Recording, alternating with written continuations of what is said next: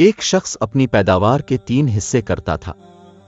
ایک حصہ اپنے کھانے اور بال بچوں کے کھانے کے لیے، ایک اللہ کی راہ میں خرچ کرنے کے لیے نکلتا، اور ایک حصہ اپنے باغ کی دیکھ بھال کے لیے رکھتا۔ وہ ہمیشہ ایسا ہی کیا کرتا تھا، اس لیے اس کے کھیت میں اللہ تعالیٰ کی طرف سے بڑی برکت ہوتی اور اس کی کھیتی ہمیشہ سرسبز رہتی۔ اگر کبھی اس کے باغ کو سیراب کرنے کے لیے پانی نہ رہتا تو بادل کہیں اور برستے اور پانی ندی نالوں سے ہو کر اس کے ہاں آ جاتا۔ ایک مرتبہ کا واقعہ ہے، ایک آدمی جنگل میں سے جا رہا تھا۔ اچانک اس کے کان میں آواز آئی کہ کوئی آدمی بادلوں سے کہہ رہا تھا کہ جاؤ اور فلاں کے باغ کو سراب کر دو۔ بادلوں کو حکم دینے والے شخص نے باغ کے مالک کا نام بھی لیا، چنانچہ وہ بادل وہاں سے ہٹ کر ایک پتھریلی زمین پر خوب موسلا دھار بارش برسائی۔ وہ پانی بہہ کر ایک نہر میں جا پہنچا۔ وہ نہر اس آدمی کے باغ میں آتی تھی۔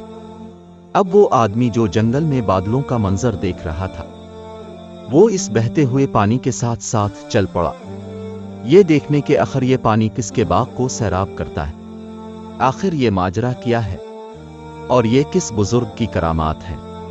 وہ آدمی نہر کے کنارے کنارے چلتا ہوا اس باغ تک جا پہنچا، اور نہر سے ہو کر اب یہ پانی نالوں کے ذریعے اس کے باغ میں آنے لگا اور باغ کو سیراب کرنے لگا۔ اس باغ میں ایک بزرگ پانی کو ادھر ادھر بکھیرتے گئے تھے تاکہ پانی پورے باغ میں پھیل جائے۔ اس راہگیر مسافر نے ان سے دریافت کیا کہ حضرت آپ کا نام کیا ہے؟ اس بزرگ نے وہی نام بتائیے جو اس مسافر نے بادلوں میں سنا تھا۔ بزرگ نے پوچھا کہ بھائی آپ میرا نام کیوں دریافت کر رہے ہیں؟ کہ آپ کو مجھ سے کوئی کام ہے؟ اس مسافر نے بتایا کہ میں جنگل سے گزر رہا تھا، وہاں میں نے ایک عجیب منظر دیکھا کہ کوئی آدمی بادلوں سے کہہ رہا تھا کہ وہ آپ کے باغ کو جا کر سیراب کر دے۔